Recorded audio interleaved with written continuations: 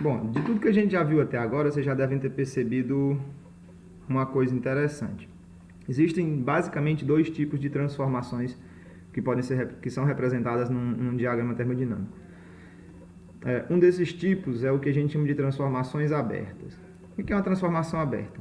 Uma transformação que começa aqui no estado A, que tem uma determinada pressão, PA, tem um volume VA, consequentemente tem uma temperatura TA.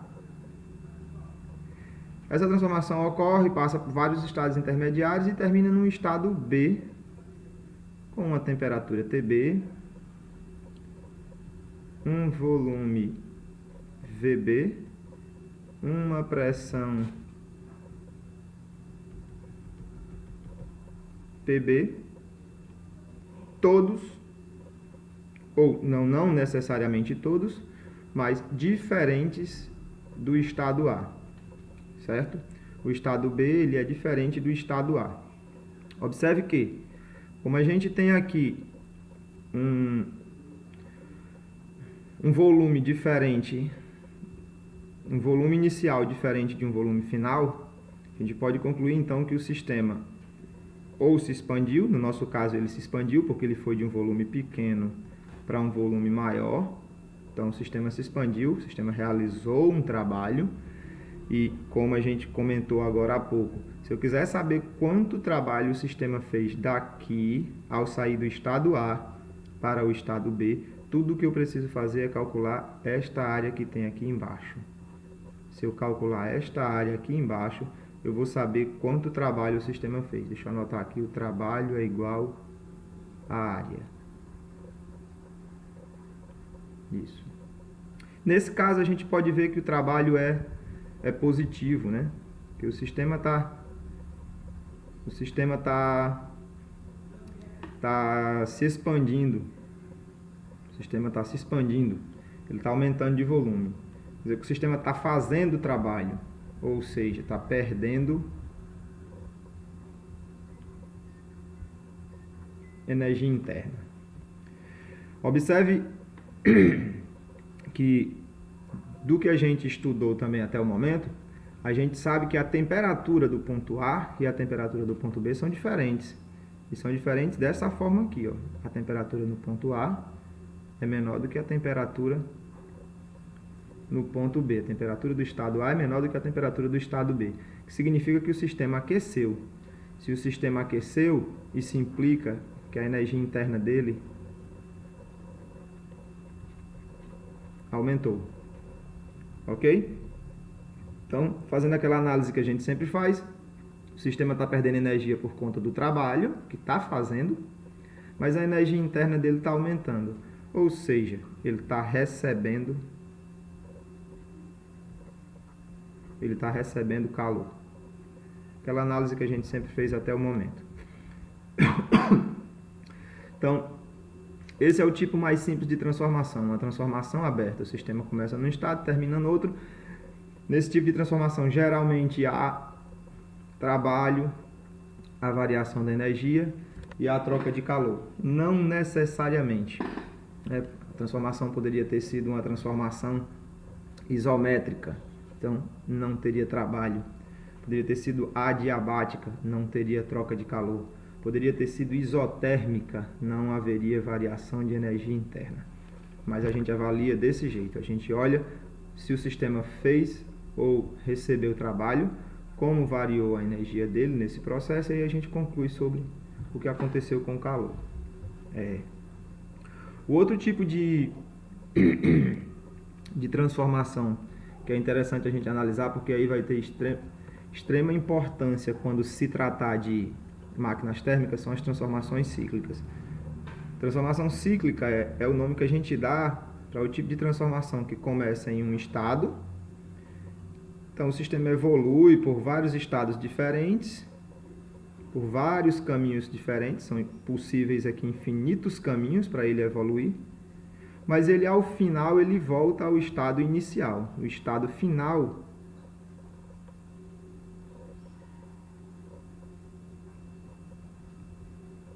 coincide com o estado inicial.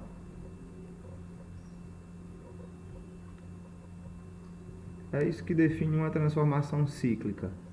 Ora, se o sistema começa e termina no mesmo estado, é óbvio que o volume, a pressão e a temperatura do sistema no começo e no fim são as mesmas. Portanto, se a temperatura do sistema...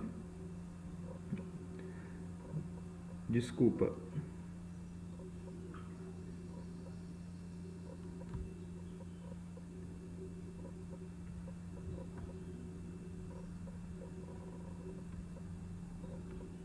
Se a temperatura do sistema no fim é igual à temperatura do sistema no início, que é simplesmente TA, a gente pode concluir que a energia interna do sistema no fim é a mesma energia interna do início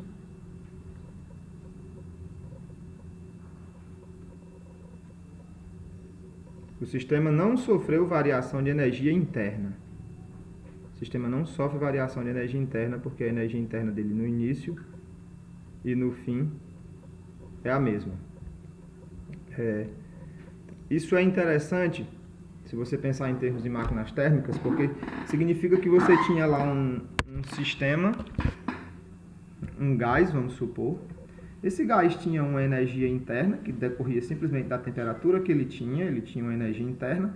Então esse gás foi utilizado, forneceram calor para esse gás gastou esse calor fazendo o trabalho, e no final das contas ele volta ao mesmo estado que ele tinha no início, sem sofrer variação na sua energia interna. Isso é importante porque máquinas elas funcionam em ciclos, então o sistema tem que voltar ao estado inicial para poder começar um novo ciclo de troca de trabalho e troca de energia interna.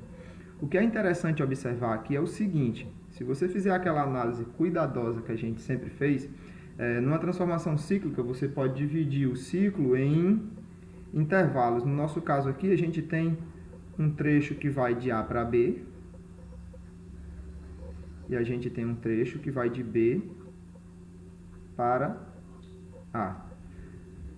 Então, vamos analisar o que acontece com o trabalho, com a energia interna e com o calor nesses dois trechos, desculpa.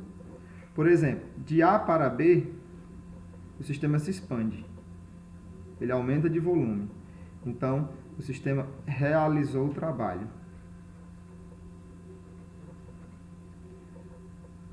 De A para B, o sistema começa com a temperatura TA, termina com a temperatura TB, que é maior do que TA, então a energia interna dele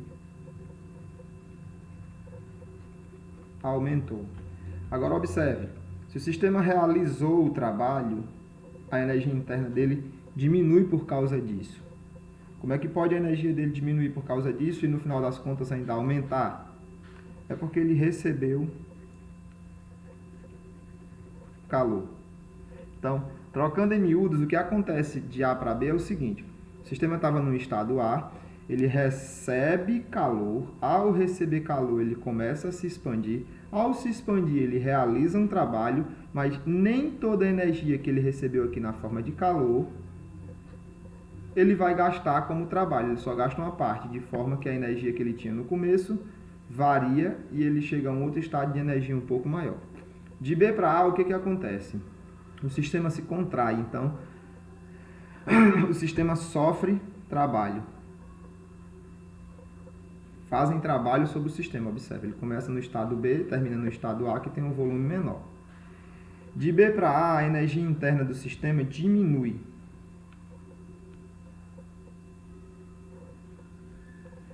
O que aconteceu então aqui com a terceira variável, calor?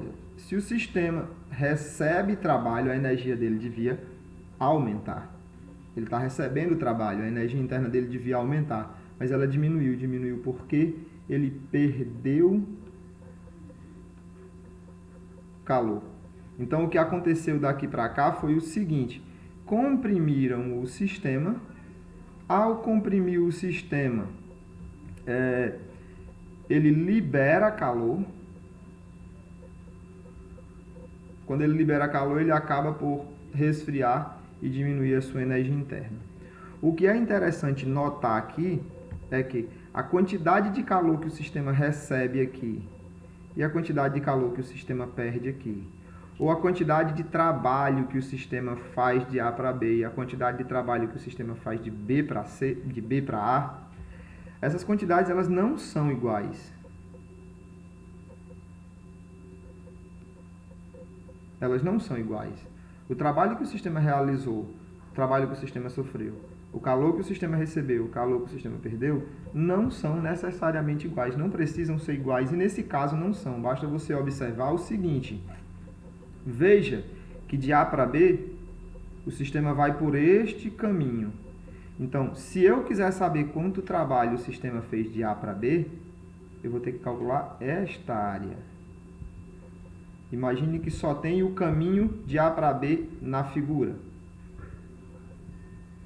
Então, essa seria a área que representa o trabalho que o sistema fez entre A e B. Ok? Quando o sistema vai de B para A, ele vai por este caminho. Então, o trabalho que o sistema realizou de B para A, ou o trabalho que o sistema sofreu de B para A, foi esse trabalho aqui.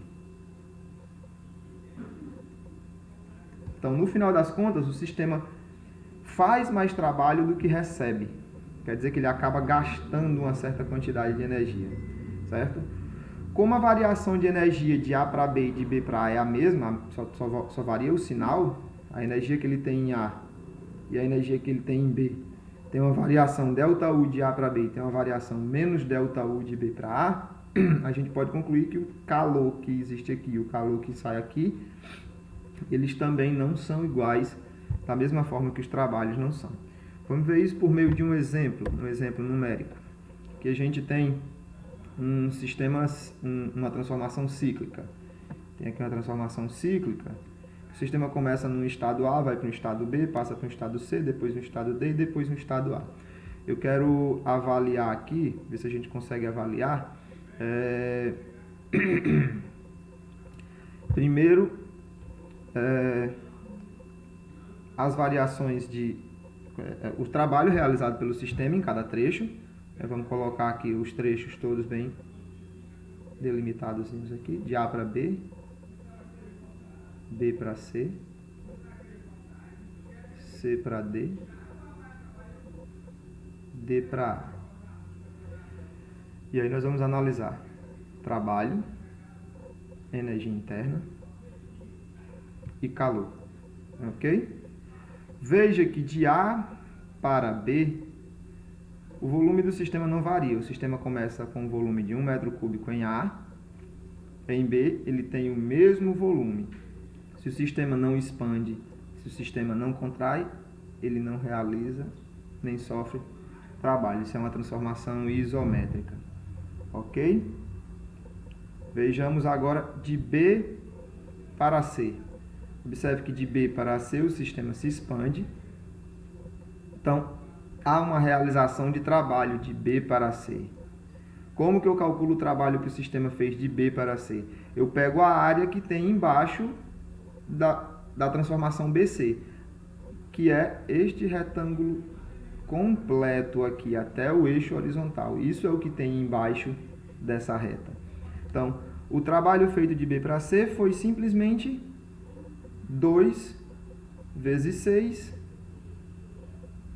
12 joule. Unidade do SI, unidade do SI, então minha resposta está em unidade do SI. De C para D, novamente o sistema sofre uma transformação isométrica.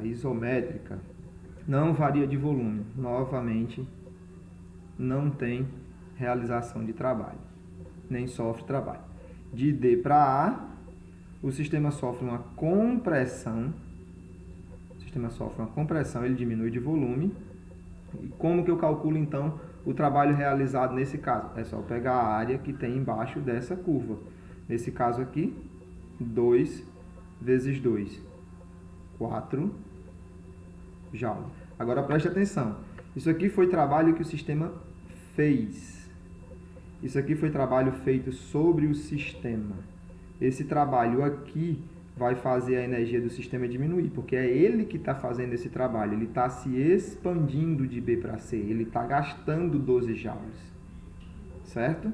Aqui são 4 joules de trabalho feito sobre o sistema está recebendo essa energia. Vamos ver agora então o que acontece com a energia interna. Como que a gente analisa a energia interna em um gráfico PV? A gente analisa a temperatura.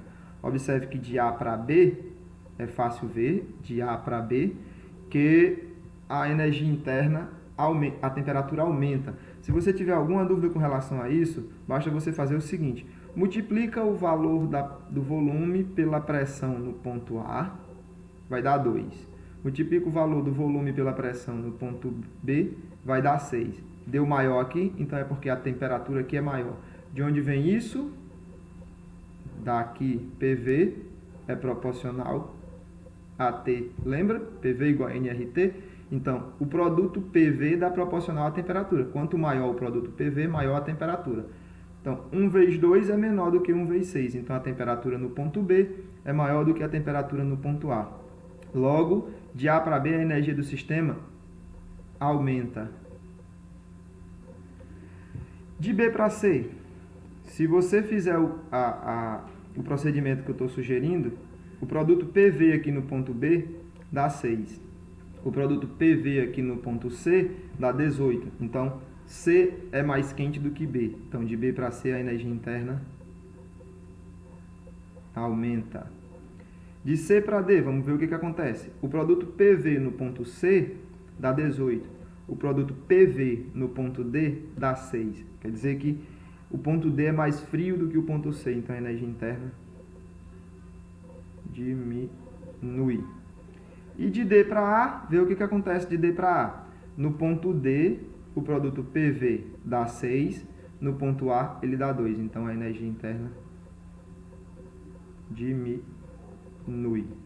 Ok? Vamos ver o que acontece então com o calor. Avalia comigo. De A para B, vamos avaliar cada caso separadamente. De A para B, de B para C, de C para D e de D para A. De A para B, o sistema não realiza trabalho.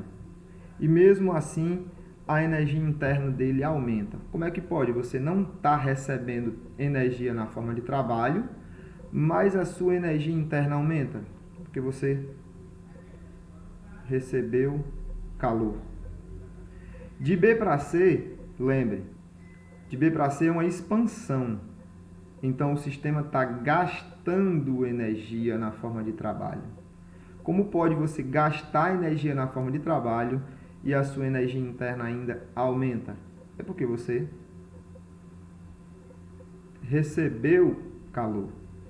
De C para D, o sistema não realiza nem sofre trabalho, mas mesmo assim sua energia interna diminui. Se você não gasta energia na forma de trabalho e mesmo assim sua energia interna diminui, é porque você está perdendo energia na forma de calor. De forma análoga, não esqueça, de D para A tem um trabalho de 4 joules, é um trabalho feito sobre o sistema. O volume dele diminui de D para A, então ele está recebendo 4 joules. Você recebe 4 joules e mesmo assim sua energia interna diminui, porque você está perdendo calor. Nós vamos ver em sala que é possível calcular esses valores aqui todos detalhadamente de uma forma não muito complicada. Por exemplo, como que você vai calcular a energia interna que o sistema tem no ponto A? Você vai usar a lei de Joule. A energia interna é 3/2 de NR vezes a temperatura do ponto A. Só que, mas eu não tenho a temperatura do ponto A. Mas lembra, de novo, recorrendo à equação de estado, à equação de Clapeyron, PV é igual a nRT. Ou seja, nRT é o mesmo que PV. Logo, a energia interna que o sistema tem no ponto A pode ser calculada diretamente do diagrama PV, sem pedir socorro a mais nada, só olhando para o diagrama PV. A energia interna é 3/2 da pressão que o cara tem naquele ponto vezes o volume que o cara tem naquele ponto. Então você vai conseguir dizer quanta energia interna ele tem em cada ponto. Quanta energia interna ele tem no A, quanto ele tem no B, quanto ele tem no C e quanto ele tem no D. Então vai ficar fácil fazer análise desse tipo, porque se você conhece a energia que o sistema tem em cada ponto, e você sabe calcular por meio da área quanto trabalho o sistema realiza de um ponto para outro, você vai conseguir relacionar essas coisas e dizer quanto calor o sistema recebe de um ponto para outro ou quanto ele perde de um ponto para outro. Ok?